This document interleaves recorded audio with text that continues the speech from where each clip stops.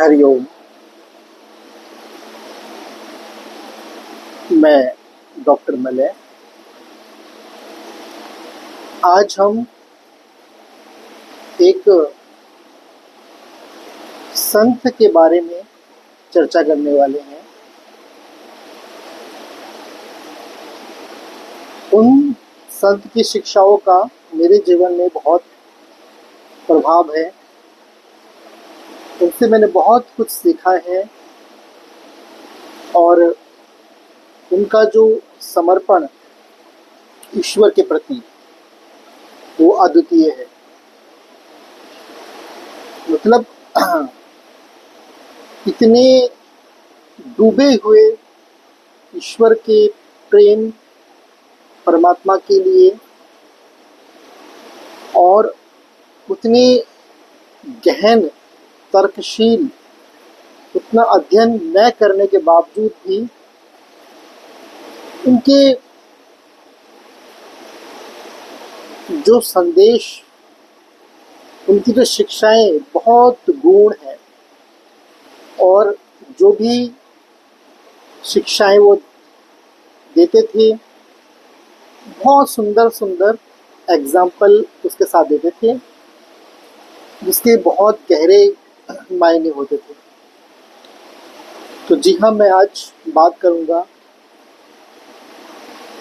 श्री रामकृष्ण परमहंस महाराज जी के विषय में। आप सभी लोग उनके बारे में अवगत होंगे। पहले आप लोगों ने उनके बारे में कहीं से सुना होगा, पढ़ा होगा, कुछ जाना होगा।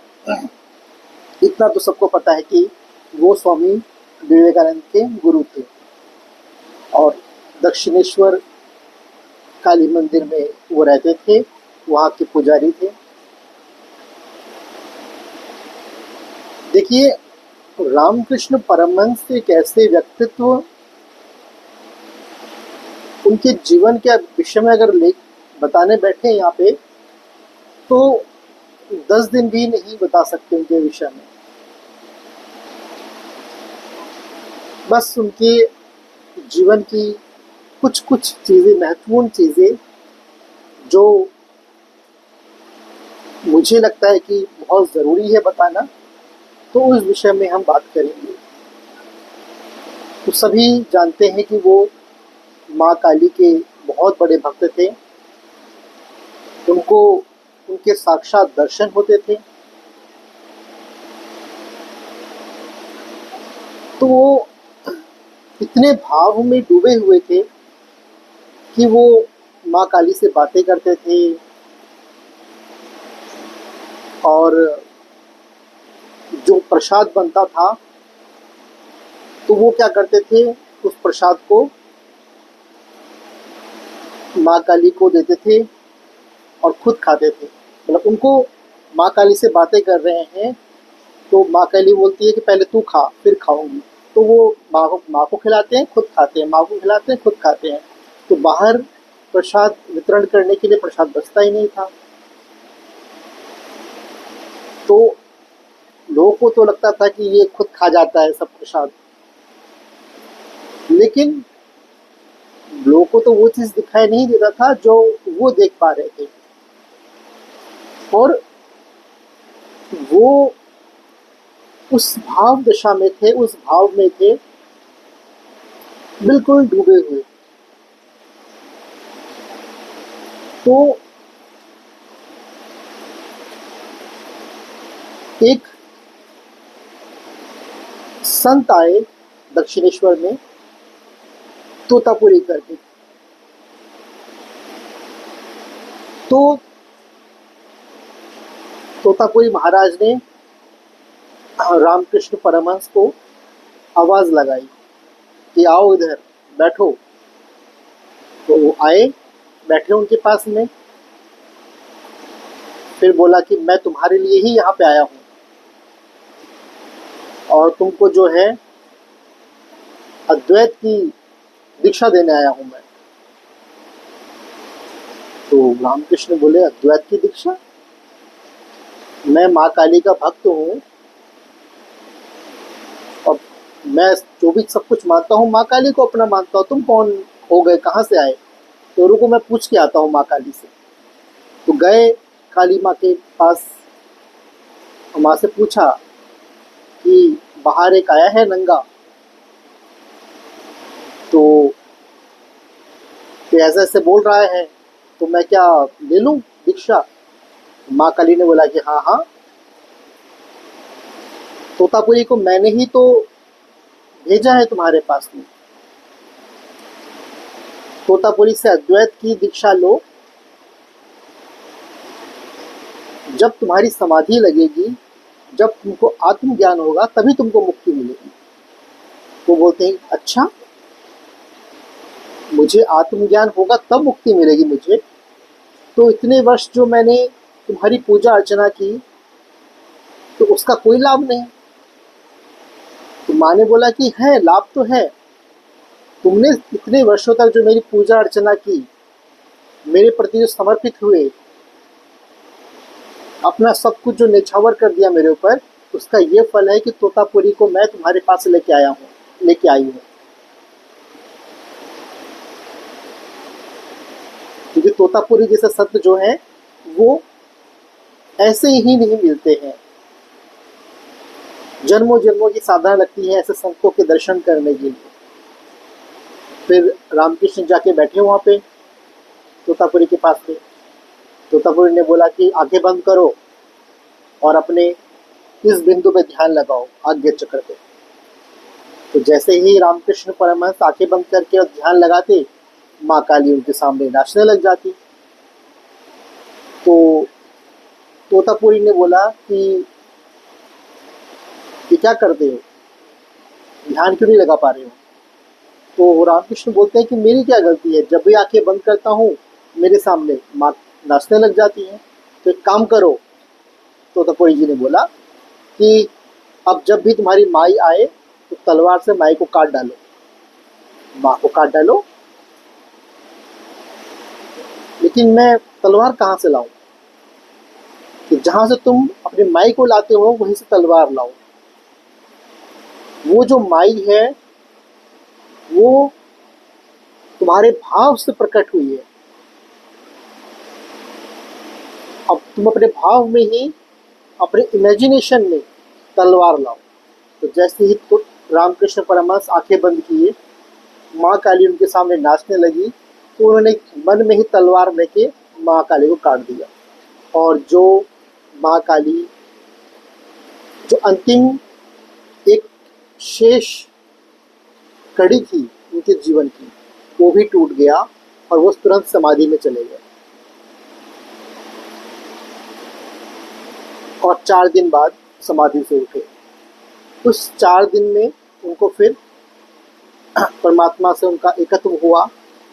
उन्होंने परम ज्ञान, उस ब्रह्म ज्ञान को जाना। उसके बाद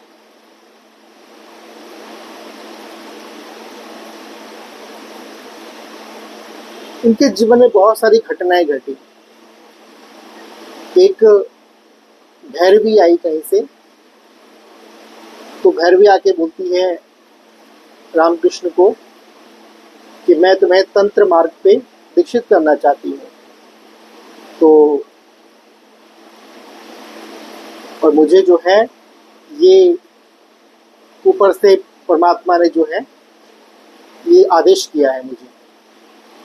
तो कुछ समय जो है वो भैरवी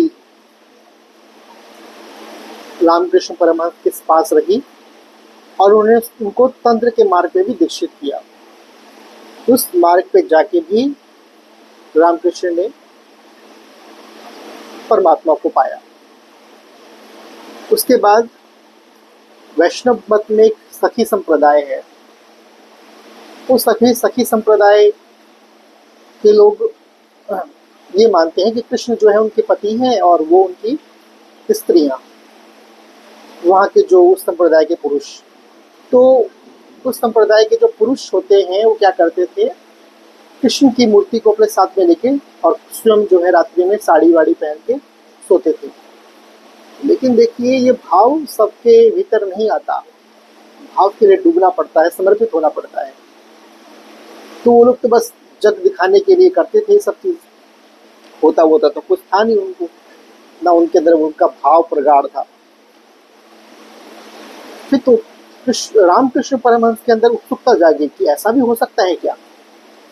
तो फिर वो सखी संप्रदाय में गए, वो भी ऐसे ही सोने लगे, बिल्कुल पूरी भाव दशा में इतने लीन हो गए कि उनको ये ख्याल भी नहीं रहा कि मैं पुरुष हूँ।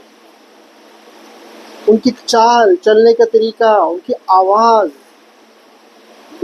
उनका जो पूरा व्यक्तित्व था वो बिल्कुल एक नारी के जैसा हो गया। और आश्चर्य का ठिकाना तो तब नहीं रहा, वो भाव में इतने लीन हो गए कि उनके भीतर का जो इंटरनल ऑर्गन्स है वो भी पुरुष की जगह धीरे धीरे करके महिला में बदलना शुरू हो गया और उनको मासिक धर्म होने लगा।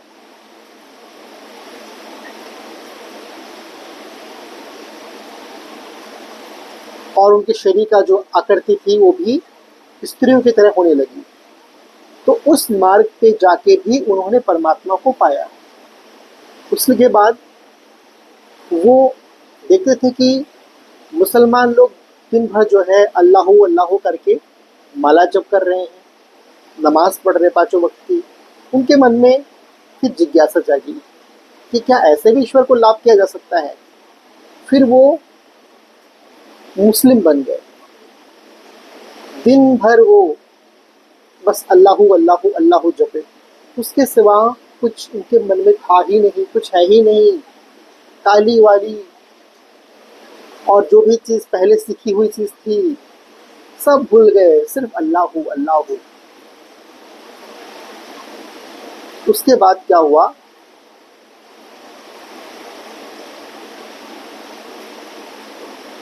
उस मार्ग पे जाके भी उनको ईश्वर के दर्शन हुए, ईश्वर लाभ किया उन्होंने।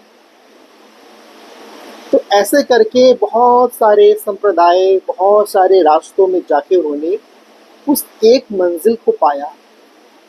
और उसके बाद फिर उन्होंने एक सूत्र दिया कि जो तो मौत तो पौत, अर्थात जितने मत हैं, जितनी विचारधाराएं हैं, जितने रास्ते हैं, वो सब एक ही जगह पे जाके मिल जाता है। तो वो बोलते थे कि आपको कभी अपना रास्ता छोड़ने की ज़रूरत नहीं है। अगर आप हिंदू हैं तो अपनी ही पद्धति से, अगर आप भक्ति मार्ग पे हैं, आप ज्ञान मार्ग पे हैं, आप ध्यान मार्ग पे हैं, आप जिस किसी मार्ग पे हैं, आपको छोड़ने की ज़रूरत ही नहीं है, आप उसी पे ही चलते रहिए। बस समस्या ये आ जाती है कि लोगों के अंदर विश्वास नहीं होता, और वो विश्वास नहीं होता इसलिए वो समर्पित नहीं कर पाते अपने आप को, समर्पण की भावना नहीं आती उनके अंदर। और शास्त्रों में बोला गया है कि 3 चीज़ ज़रूरी है ईश्वर लाभ करने के लिए। तप, स्वाध्याय, ईश्वर शरणागति। तप अर्थात जो भी हम तप कर रहे हैं, उपवास कर रहे हैं, जो भी हम ध्यान कर रहे हैं, ये सब तप के अंदर आता है। स्वाध्याय अर्थात आप जो भी शास्त्रों का अध्ययन कर रहे हैं, गुरुजनों से सुन रहे हैं, सत्संग कर रहे हैं। और सबसे अंतिम जो सबसे महत्वपूर्ण है वो ईश्वर शरणागति, अर्थात अपने आप को कंप्लीट सरेंडर कर देना उस पर रास्ते पे। तो ये 3 चीज़ जो है, 3 अध्यात्म के पिलर हैं। लेकिन जो असल में क्या होता है, जो सबसे महत्वपूर्ण होता है ईश्वर शरणागति, सरेंडर कर देना अपने आप को, वो चीज़ नहीं हो पाता। उसकी वजह से क्या होता है, हम ईश्वर लाभ नहीं कर पाते, उस मार्ग पे आगे हम नहीं चल पाते। फिर हमारे मन में संशय उत्पन्न होता है कि ये नहीं तो ये, इस पे जाके देखें, उस पे जाके देखें, ऐसा करके देखें, वैसा करके देखें, उसमें उलझ के रह जाते हैं। दरअसल ये सब खेल माया का है।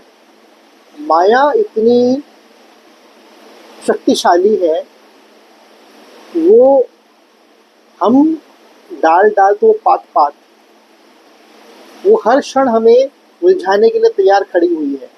हम बहुत ज़्यादा अपने आप को स्मार्ट समझते हैं ना, वो बहुत ज़्यादा स्मार्ट है हमसे कई ज़्यादा, एक कदम आगे रहती है हमेशा हर मामले में। वो कभी हमें तमोगुण में उलझा देती है, तो कभी हमें रजोगुण में उलझा देती है, तो कभी हमें सतोगुण में उलझा देती है। अब आप सोचेंगे कि यार सतोगुण में भी लोग उलझ जाते हैं। हाँ बिल्कुल, सतोगुण में भी लोग उलझ जाते हैं। इसलिए बोला जाता है कि परमात्मा जो है वो त्रिगुणातीत है, वो तीनों गुणों से परे है। और उस परमात्मा के साथ एक रूप होने के लिए हमें भी त्रिगुणातीत होना पड़ेगा। तो रामकृष्ण परमहंस की छोटी सी जो एक छोटा सा जो जीवन परिचय मैंने आपको दिया उनकी साधना के विषय में, ये बहुत ही लाभकारी चीज़ है। और रामकृष्ण की एक बहुत अच्छी पुस्तक है, आप उसको पढ़िए, अमृतवाणी। उस अमृतवाणी में उन्होंने बहुत गूढ़ गूढ़ चीज़ें साधकों के लिए, जो ग्रस्त जीवन में उनके लिए, सबके लिए उन्होंने बहुत कुछ उसमें दे रखा है। तो उसमें सीखने को बहुत कुछ है। उसमें से एक तरह की मान लीजिए गीता ही है वो, और बहुत स्पष्ट शब्दों में भगवान के द्वारा, भगवान श्री रामकृष्ण के द्वारा बोला गया है। तो ऐसे संतों को तो हम बारंबार प्रणाम करते हैं और अपने आप को धन्य समझते हैं कि उनकी शिक्षाएं हमारे पास उपलब्ध हैं। हमें सीखने के लिए उनका जो आशीर्वाद स्वरूप जो वचन है वो हमारे पास है, और ऐसे संतों का सानिध्य पाकर अपने आप को धन्य मानते हैं। तो फिर किसी अन्य वीडियो के साथ फिर मिलेंगे आप लोगों के साथ। आशा करता हूँ ये जो आज का विषय था, आज का जो ये संतों के बारे में हमने चर्चा की छोटी सी, आप लोगों को अच्छा लगा होगा। फिर किसी अन्य वीडियो में अन्य विषय पर चर्चा करेंगे। आपका जीवन मंगलमय। हरिओम।